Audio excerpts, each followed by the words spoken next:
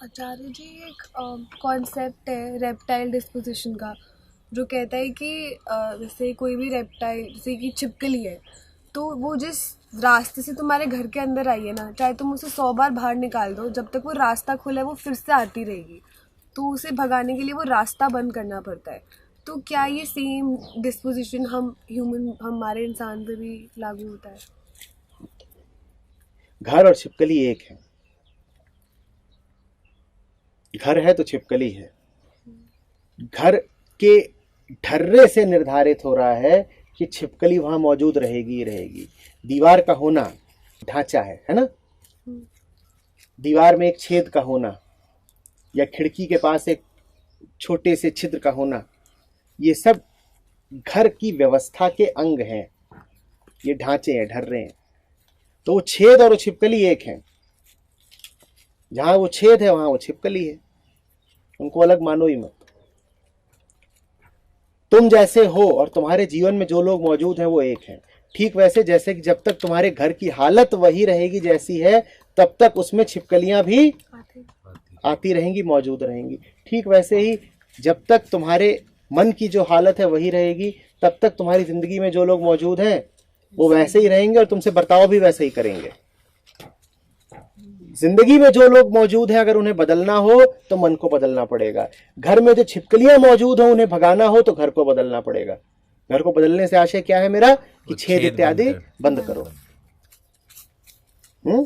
मतलब कि जब हम अपने आप को इम्प्रूव करने भी अगर जा रही हूँ मैं, तो जो चीज़ें मुझे इम्प्रूव करनी है उनकी ओपनिंग कॉज ही बंद करनी पड़ेगी ताकि वो ख़त्म हो।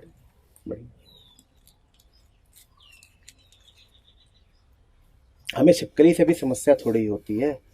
वो समस्या भी हमें तब होती है जब खाना खाने बैठे और सामने दिख गई। तुम सो रहे हो और वो ठीक तुम्हारे सर के ऊपर छत से चिपकी हुई है, तुम्हें कोई समस्या होती है? या वो तुमने शर्ट रख दी है और वो उसके नीचे बैठी हुई है, शर्ट के पर दिख नहीं रही है तुम्हें कोई समस्या होती है? चीख के तो तब भागती हो ना जब शर्ट उठाई और उसके नीचे से वो भागी। नहीं तो ठीक है, बढ़िया, क्या फर्क पड़ता। हम इंतजार करते हैं कि दुर्घटना घट जाए और फिर कहते हैं कि अब कुछ बुरा हुआ। बुरा दुर्घटना के होने में नहीं है। बुराई उसी दिन हो गई थी जिस दिन तुम्हारे घर की दीवार में छेद बना था। तुम कुसंगत में हो और वो कुसंगत तुम्हें नुकसान पहुंचाए, इसका इंतजार मत करो। उसके पहले ही अपने मन के ढांचे ढर्रे बदल दो।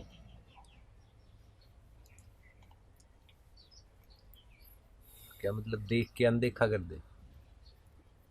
बदल दो। अनदेखा करोगे तो बदलोगे कैसे? ढर्रे देखो कि ये चल रहे हैं मेरे, और साफ जान लो कि अगर ढर्रा ऐसा है तो उसका परिणाम मिल ही रहा होगा। कल हमने कहा था ना, कर्म और कर्मफल एक साथ होते हैं।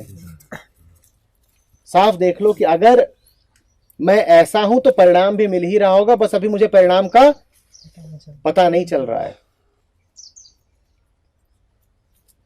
परमात्मा के दरबार में न्याय तत्क्षण होता है। वहां पर कोई फाइल बनती ही नहीं। घटना घटी और न्याय उसी समय हो गया। तो तुम जो भी कुछ कर रहे हो तत्क्षण तुम्हें उसका फल मिल ही रहा है।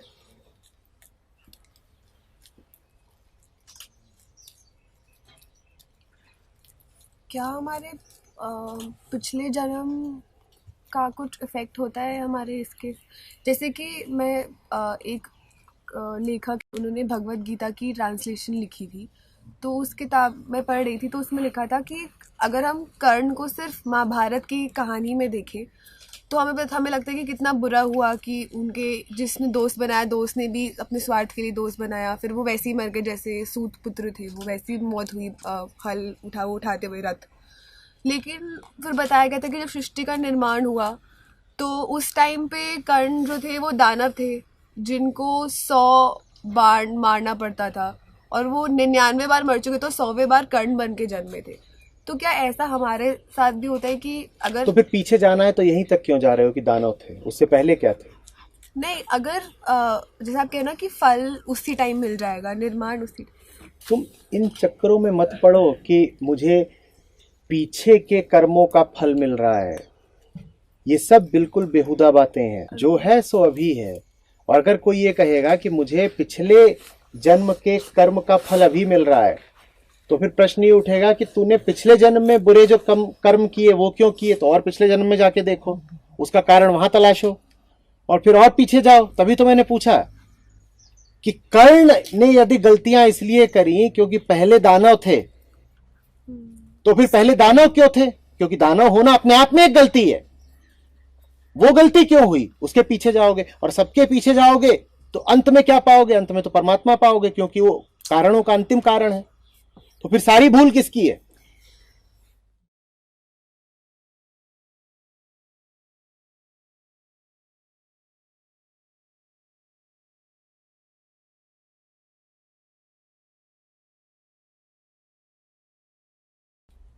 जानते हो ये करके भारत में क्या किया गया है?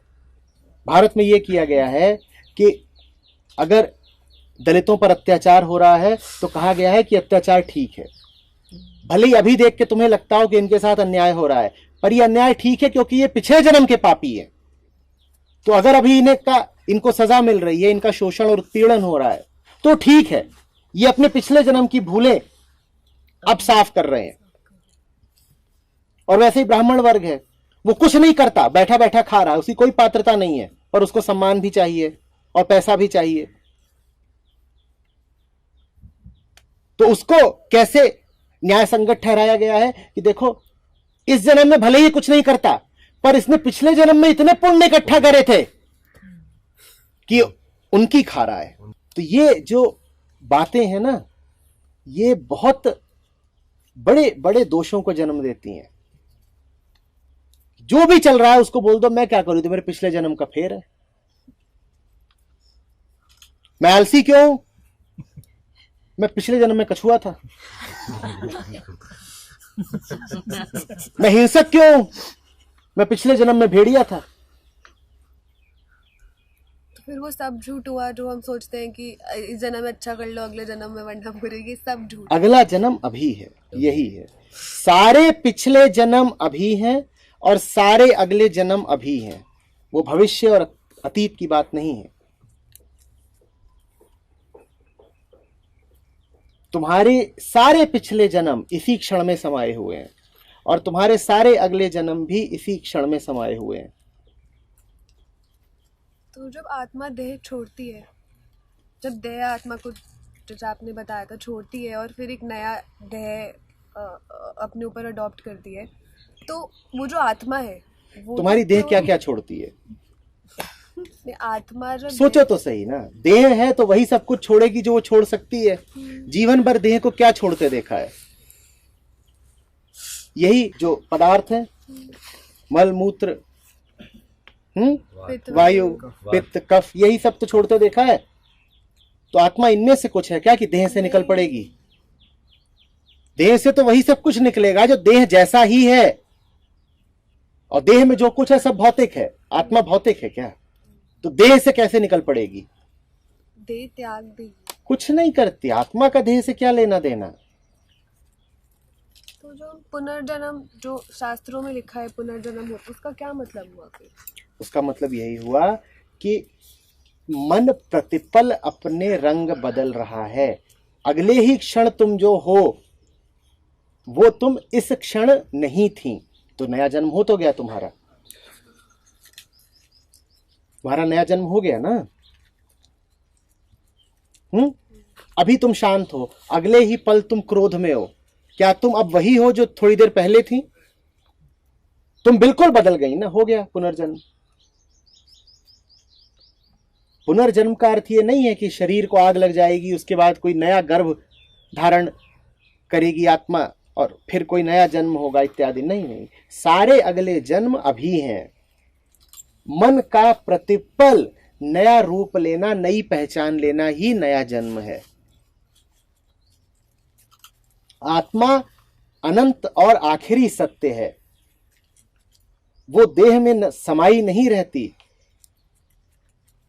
आत्मा सर्वव्यापक है, समस्त देहें और समस्त देही आत्मा में समाये हुए हैं। आत्मा किसी में नहीं समाई हुई। आत्मा अनंत आकाश है। आकाश तुम्हारे भीतर से निकलकर कहां जाएगा? आकाश को तो कहीं जाने के लिए ठिकाना भी नहीं है, क्योंकि सर्वत्र आकाश ही आकाश है। तो इस धारणा को बिल्कुल छोड़ दो कि आत्मा कोई वस्तु है या कुछ भी है जो तुम्हारे भीतर होती है और मृत्यु के वक्त निकल जाती है। जितने जानवर हैं, दुनिया भर के जितने पेड़ पौधे हैं, वो सब अभी भी तुम में मौजूद हैं, क्योंकि तुम करोड़ों वर्षों की विकास की प्रक्रिया का हल का नतीजा हो। ये सब कुछ तुम्हारे भीतर मौजूद है। जब तुम डरे हुए होते हो, तुम खरगोश हो जाते हो, क्योंकि एक खरगोश तुम्हारे भीतर मौजूद है। खरगोश को देखा है ना, वो कैसा डरा डरा घूमता है। जरा सा कुछ हुआ नहीं कि वो कान खड़ा कर देगा, कहीं कुछ खतरा है। खरगोश तुम्हारे भीतर मौजूद है। याद करो, तुम खरगोश ही हो। जब तुम हिंसक हो जाते हो, तब तुम भेड़िए हो जाते हो, शेर हो जाते हो। शेर तुम्हारे भीतर मौजूद है। दुनिया में कुछ नहीं है ऐसा जो तुम में मौजूद ना हो। तुम इन सबसे मिले जुले हो। ये मिट्टी सबकी जननी है, सब इसी से निकले हैं और सब कुछ तुम में है। जो भी कुछ देखोगे वो तुम्हें तुम्हारी ही याद दिलाएगा। चाहे तुम पहाड़ को देखो, पत्थर को देखो, सूरज को देखो, नदी को देखो। बिना सूरज और नदी के तुम हो सकते थे? जवाब दो। नहीं। सूरज और नदी तुम्हारे लिए वैसे ही हैं जैसे तुम्हारे माँ और बाप। माँ और बाप के बिना हो सकते थे?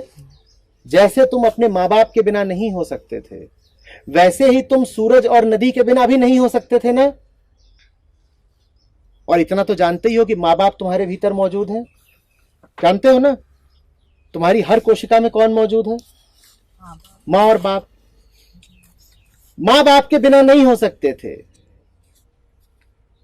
इसीलिए माँ बाप तुम्हारे भीतर मौजूद हैं। ठीक, सूरज और नदी के बिना भी तुम हो नहीं सकते थे, तो सूरज और नदी भी तो तुम्हारी हर कोशिका में मौजूद हुए ना।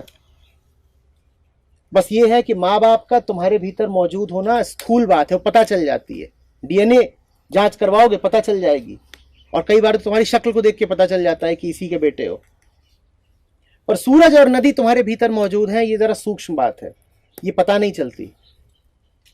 पर सब कुछ मौजूद है, पूरा ब्रह्मांड तुम्हारे भीतर मौजूद है।